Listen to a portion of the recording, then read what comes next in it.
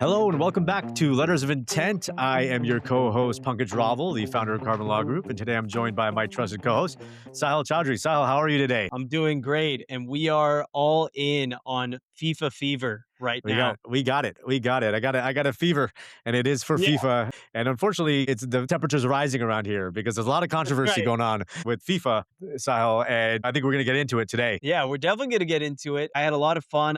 So over the weekend, I went to a bar in Venice to watch Mexico England, and I've never seen this kind of excitement for soccer. I feel like it was really fun, and it brings a lot of excitement, community. People were having a great time. People showed up in their jerseys, and it was a great match. Yeah. England actually won, but Mexico was really close, and it was really exciting. And I'm having a lot of fun also exploring the business side of this. Pankaj, I don't know, did you see the way these brands are covering up their logos I at did these? actually. I mentioned that I won the lottery, right? I got tickets to all the matches here in LA. I have a buddy who actually he won the lottery. He didn't want to take it. I said, "All right, I'll take the tickets." So I got 7 tickets. It was a cost of small car to actually get these tickets, but I was like, "I'll invest.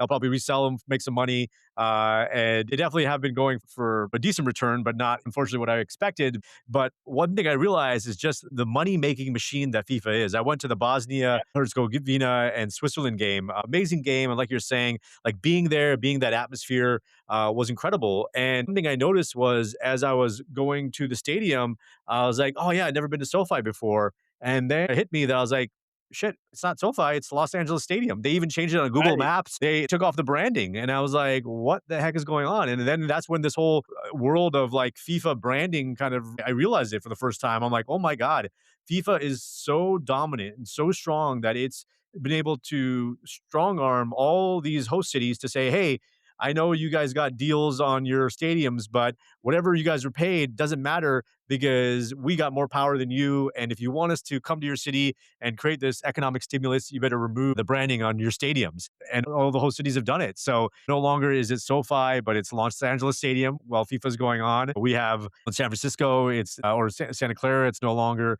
Levi Stadium, it's Santa Clara Stadium. We have Seattle, Gillette Stadium is now just, I think, believe Seattle Stadium. So it's pretty amazing the strength that FIFA has been able to exert here, Sahil. Yeah, I mean, so last year, not last year, last World Cup in 2022, FIFA earned $7.5 billion in revenue from broadcasting rights, ticket sales, and sponsorships. Yeah. So this is huge economic stimulus, and you're right, cities are courting FIFA to bring those games to their cities.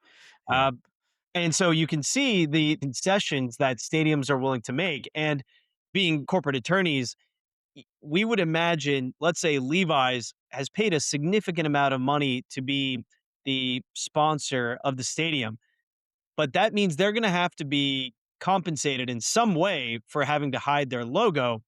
And that money is either going to come from FIFA, it's going to come from the stadium itself, or if that was already baked into the contract that there were certain kinds of conditions where their logo could be removed, that's also a potential possibility. But my guess is that a brand paying that kind of money is not going to walk away and hide their logo without being compensated in some way. Well, it's interesting. What I'm seeing here is actually in Toronto, the Canadians actually required that the contract with FIFA be disclosed. So what we see in Toronto is that, and this is, I'm sure this is probably the agreement for most of the FIFA stadiums, is that like FIFA did not pay the stadiums for rentals. There have been some situations where FIFA maybe pay a 1/3 of the rental fee, but FIFA is so dominant and so strong that people realize that the economic stimulus that FIFA brings is much more valuable than what they're going to generate from the stadium revenue. So they're going to cut FIFA a deal because it's so powerful. And it's kind of like what we see with the Olympics too. These huge events draw crowds from around the world.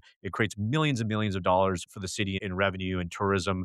So I can understand there's real power and value there, but the potential losers are these brands. But what we're seeing, Sahil, is that these contracts, a lot of these brands have said, okay, yeah, there may be some there's some agreement between the brands, the title sponsors, and the stadiums that give the stadium the right to take off branding or it makes them remove branding for certain events. And it looks like that's the case because otherwise, I don't see these big brands agreeing to something like that. But we see some creative responses to that. And one of them is this video, which I wanted to show, which is hilarious. How Levi's very creative and how they handle this. Take a look. Oh, No. How would they know? Nobody's gonna know. They're gonna know. How would they know? Nobody's gonna know. That is They're gonna so know. smart. what do you think? So What do That's so smart. I want every carbon client to watch this video as a case study for how to turn a negative into a positive. To yeah. take reduced visibility and turn that into increased visibility is brilliant. And I think that is what entrepreneurship business is all about. I'm very impressed. Yeah. So, Sahil, take a look at what Gillette did here. This is brilliant too. I mean, these brands really managed to make lemonade out of lemons here when they had these naming rights at the stadiums. They negotiated, they won, and here we are. We have FIFA coming in and say, "No, screw you. We're going to tape over all your logos because we want control for our brand sponsors, and that makes our brand sponsors pay us even more money, so there's no conflict." So here we are having what Gillette did is ingenious. They covered the brand with Yeah, shaving cream. How funny is that? How funny is that? this is brilliant. I mean, how could Yeah. you not think of Gillette when you see that? Right. Right. And look at Levi's, they got us too. Levi's Wow. commented. Wow. What a way to keep yourself in the cultural conversation now without being a paid sponsor. They are a paid sponsor. I mean, they are a sponsor. Right. Or they are culturally relevant. They're culturally part of the conversation and they're getting the benefits of visibility and conversation without having to pay for it. That's incredible. Yeah, Really so smart.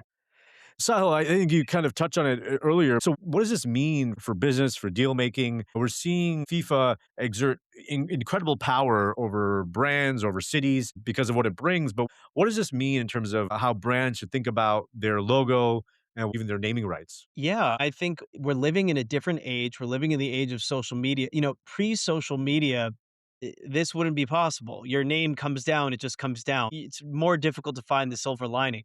But today, your digital identity is very valuable here. That's what I see. Is that as you're thinking about your trademark, as you're thinking about your copyrights, it's far more important to have those rights locked down today than ever before because that's what you're going to use to market yourself. That's what you're going to use to build trust with the public. I mean, that's incredible that people are going to see this conversation on social media, and that will give so much visibility to these brands. So I think the major lesson for our clients is going to be lock down your IP rights because that is what is capable of going viral. That's what's capable of breathing oxygen into your brand and building your brand equity. And brand equity is built on moments like this. These are those cannonball type events where these are these tent pole brand equity building events that are building value that eventually an investor will want or that eventually you'll be able to license. Yeah, absolutely. Absolutely. And I think from a trademark perspective, as a trademark lawyer, Sahil, I look at this and say, okay, look at the strength of these trademarks. That's pretty impressive that when you see shaving cream, you think Gillette. Right. When you see the Batwing logo of Levi's, you think Levi's jeans. That is really impressive. And I think really important for businesses to recognize as they build their brands creating something distinctive, creating something that is unique, being associated with the product category is super valuable in this day and age. And while it takes a lot of money, and Levi's and Gillette have both invested millions and millions of dollars in their marketing, they've created very strong brands. So when you're building your brand, what are you doing to make it distinctive, to make it unique, to make it memorable, and make it associated with the services or goods you're selling? Because look at what Gillette was able to do by covering it with shaving cream. It created this connection that strengthened its brand. So being creative and instead of maybe using litigation, which wouldn't have solved this problem, they thought creatively out of the box and were able to come up with a better solution than fighting this in court because that would have not gotten them anywhere. And realistically, they wouldn't be able to stop this. The World Cup was going to happen and FIFA is generally going to exert its will. And otherwise, they would take the business somewhere else. So it's important to Yeah, recognize that. I also think it's important to know where the brand building ecosystems live. Yeah. So previously, brand building ecosystems lived exclusively in the physical world. And so your name on top of a stadium was very important. And today, it's important, but it's not the only brand building mechanism. And arguably, it's not the most important. I mean, today, you have brands collecting millions of views on TikTok from someone just positioning a camera recording something in front of their phone. We have TikTok, we have Reddit, we have Instagram, we have Facebook. I think that brands are really evolving in creative and intelligent ways and are understanding that their audience does not only live in the physical world, their audience lives in places like TikTok. And getting this level of virality is important. And it also is what's going to build your brand. The public is going to remember this. I mean, how could you forget that Gillette covered up its logo with shaving cream, or Levi's has turned the cover up into the logo of their Instagram? Now, the other thing I find interesting is I think the creatives at these companies know that their audience is not really the attendees of that event. Their audience is online, their audience is Instagram or TikTok. I think that's such an interesting recognition that Levi's, where did they change that logo? Where is that relevant? That photo is now relevant as the logo of their Instagram account for their Instagram. Mhm. Yeah. Where's this conversation going to happen between Gillette and Levi's? That's going to happen on Instagram. So I would say the creatives now also, and if you're a brand builder, you have your trademarks, IP, you're aiming your photo shoot, your photo, your videos, and even these events. I mean, the fact that you're covering this, you're doing something sensational. I think the Gillette one is a perfect example. They're doing that and they'll get some return on that from the people walking in, but not nearly as much as they're going to get on something like TikTok where people can converse, they can comment, and the algorithm is going to pick this up and light it on fire. Yeah. So I think the fact that creatives are now looking at the world as raw material for TikTok content. Yeah, it's true. That's a great point. That's a great point. Yeah.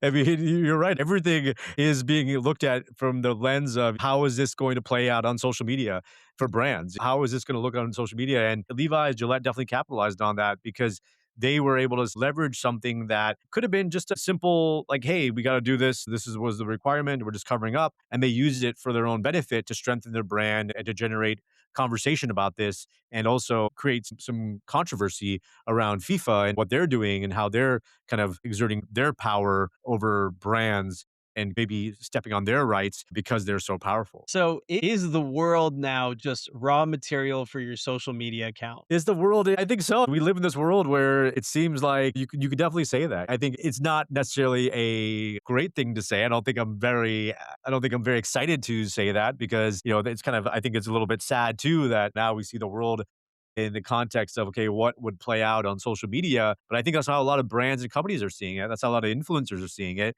Like, how does this all play out in social media? Which I think really dampens our interaction with the world in some way when it's all kind of transactional in the sense of like, how does this work out for social media and views? But unfortunately, that's kind of the world we live in. And you could make the argument that that was also the case with the news media and all that. But now the thing is like Yeah, is everyone is. everyone is a content maker. Everyone is producing content. Everyone's producing news. So we live in a very heightened, sensitive world where everything could be a viral piece if depending on how you spin it. Yeah, I mean, even I just want to pull this up because this is even the fact that these logos are being covered up is giving these brands press.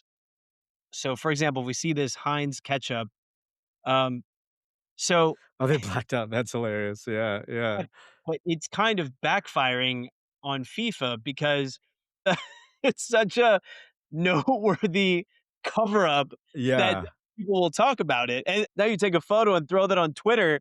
And now you've now turned your attempt at covering up Heinz ketchup into a Heinz ketchup ad. yeah, yeah, yeah. That is hilarious. That is hilarious. It's kind of ridiculous when you realize that sometimes capitalism deserves to be laughed at. Sometimes this is, I think, a nice check on the balance of power, right? This is a nice check on power because now you're saying, okay, come on, you're being a little bit ridiculous. You can't even have ketchup bottles in here that have logos because of your brand deals. Like, come on. And I think it serves FIFA right to be ridiculed for something like this because I think you have to draw the line somewhere and realize that consumers are smarter than this and they're going to see through the kind of the facade that they're putting up. That's true, but let's say as attorneys, it kind of depends on which side we're on, Yeah. right? Yeah. Like, That's I'm true. thinking if we were FIFA's attorneys here and we had an exclusive deal with our sponsors would also expect that we would protect their visibility and Yeah. rights. Yeah. But on the flip side, the opposite is actually happening. Like, I Right. don't Right. even know if I know who are the real FIFA sponsors, but I know Gillette, Heinz, and Levi's. I know they're They're not. yeah, They're yeah. not. Yeah. Yeah, yeah, and, yeah, you're right. I think it's interesting. I remember watching the games that Kalshi and, like, all these, like, betting companies are putting a lot of money into FIFA, and that's a little bit dubious in my thought in my minds. It's kinda like reminds me of the crypto boom Yeah. from 5 years ago or 10 years ago, so, Yeah. I think clearly FIFA is just taking as much money taking whatever sponsor is gonna pay them the most and running with it, which is whatever. There's a lot of controversy around FIFA right now, especially regarding its officiating. So I don't know if we need to go that far into it, but there's a lot of issues I think when they're exerting this much power, how they've made decisions, based on influence from politicians that Mhm. shall not be named. This is just one element that showing that the power of FIFA, the power of this organization around the world, globally. We talk about how the NFL is so powerful here, but you think about an Yeah. organization more Well, powerful than the NFL, and look at FIFA, and this just is is just one example of how it's been able to flex its muscle, but also a great story of how brands can respond in a creative way that actually helps build their brand. And I think smaller brands should think about this. If you're yeah. priced out of certain events, what are creative ways you can still make it in there, right? What are creative ways you can still make your name presence known? Coachella's or other events where maybe you can't pay to be an official sponsor, but maybe there's a way you can get in as a sponsor some other way or create some buzz around you because you weren't able to get in. Right. And this is speaking of creative ways. So this is what then Heinz released this image, which Yeah, is good. The unofficial stadium yeah, catch is here. yeah, And I believe they released a limited product with the tape. yeah. Oh, That's it's so hilarious. Yeah, so smart. Yeah. So Hal, this is a podcast about deal makers and risk takers, right? yeah, And in this podcast, we're focusing on the risk takers, right? We're focusing on the yeah, brands that, sure, they're known for being deal makers, right? These are multi-billion-dollar companies, publicly traded companies, but here they are also recognizing that let's figure out how to navigate risks, how to deal with the risks out there. And that's the thing, like as lawyers, I think it's oftentimes, I think about the fact that there's a saying, it's like when all you have is a hammer, everything you see is a nail, and not right. every problem deserves or warrants a hammer, right? And I think that's like the law is oftentimes can be a hammer, right? We could come down on people with lawsuits, a lot of things we can do, regulatory action, whatever it might be, but that's not always the answer. And in this situation, we see brands navigating risk and thinking creatively to improve their brands, improve their market value in a situation that is less than optimal. Yeah, I think you're right. Not all legal problems require a legal solution.